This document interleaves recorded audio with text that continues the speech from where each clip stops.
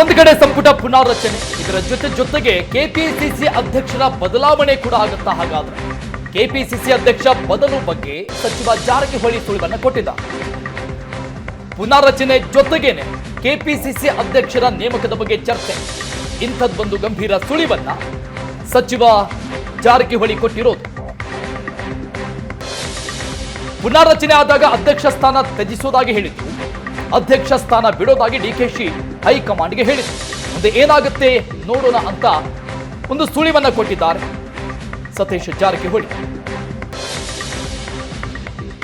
KPCC ಅಧ್ಯಕ್ಷ ಸ್ಥಾನ ಕೊಟ್ಟರೆ ಒಲವು ವ್ಯಕ್ತಪಡಿಸ್ತೀರಿ?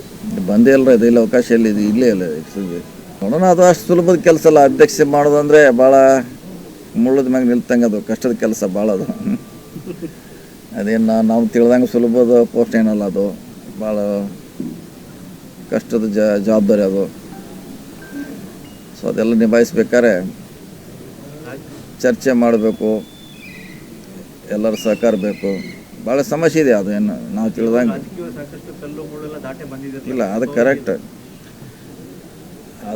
ನೀವು ಹೇಳಿದ್ದು ಕರೆಕ್ಟು. ಅದ್ರ ಕೂಡ ಎಲ್ಲರ ಸಹಕಾರ ಬೇಕಾಗ್ತವೆ. ಮತ್ತು ಆ ಚರ್ಚೆ ಇವಾಗ ಇಲ್ಲಲ್ಲ. ಇದು ಅಧ್ಯಕ್ಷ ಬದಲಾವಣೆ ಚರ್ಚೆ ನಮ್ಮ ಪಕ್ಷದಲ್ಲಿ ಇಲ್ಲವೇ ಇಲ್ಲಲ್ವ. ಟೈಮ್ ಭಾಳ ಇದೆ ಅದಕ್ಕೆ. 3.5 ವರ್ಷ ಇದೆ, ಇನ್ನೂ 3.5 ವರ್ಷ ಇದೆ. ಕೊನೆಗೆ 1 ವರ್ಷ 2 ವರ್ಷ ಸಿಕ್ಕರೂ ಸಾಕು. ಅದಕ್ಕೆ ನೋಡೋಣ, ಇನ್ನೂ ದೂರ ಇದೆ ಅದು. ಸರ್, ಒಂದು ವೇಳೆ ಹೈಕಮಾಂಡ್ ಏನಾದರೂ ನಿಮಗೆ ಜವಾಬ್ದಾರಿ ಕೊಡಬೇಕು ಅಂತ ಏನಾದರೂ ಆಸಕ್ತಿ ತೋರಿಸ್ತಾರೆ, ನೀವು ಮಾನಸಿಕವಾಗಿ ರೆಡಿಯಾಗಿರ್ತೀರ? ತೋರಿಸಲ್ಲ. ಅವ್ರು ಹೇಳಿದ ಮ್ಯಾಗ ಕೇಳೋಣ. ಮತ್ತು ಅವ್ರು ಕೇಳಿಲ್ಲ ಇನ್ನು. ಕೇಳಿ ಅವರು ಕೇಳಿದ ಮ್ಯಾಗ ಅದ್ರ ಬಗ್ಗೆ ಅದನ್ನೇ ಹೇಳಿಲ್ಲ. ಚರ್ಚೆ ಮಾಡಬೇಕು, ನಮಗೆ ಯಾವ ರೀತಿ ಬೆಂಬಲ ಮಾಡ್ತಾರೆ ಶಾಸಕರು, ಮಂತ್ರಿಗಳು, ವರಿಷ್ಠರು, ಅದ್ರ ಮ್ಯಾಗ ಡಿಪೆಂಡು. ಇನ್ನು ಕೇಳೇ ಅಲ್ಲ.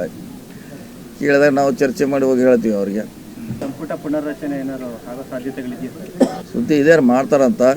ಯಾವಾಗ ಮಾಡ್ತಾರೆ ಗೊತ್ತಿಲ್ಲ, ಒಟ್ಟು ಮಾಡ್ತಾರೋ ಸುದ್ದಿ ಇದೆ. ಮಾಡಬೇಕು, ಕೆಲವ್ರನ್ನ ಬದಲಾವಣೆ ಮಾಡಬೇಕು, ಖಾತೆ ಬದಲಾವಣೆ ಮಾಡೋದು ಚರ್ಚೆ ನಡೀತಾ ಇದ್ದಾರೆ. ಅದು ಯಾವಾಗ ಆಗುತ್ತೆ ಅಂತ ಗೊತ್ತಿಲ್ಲ. ಅದು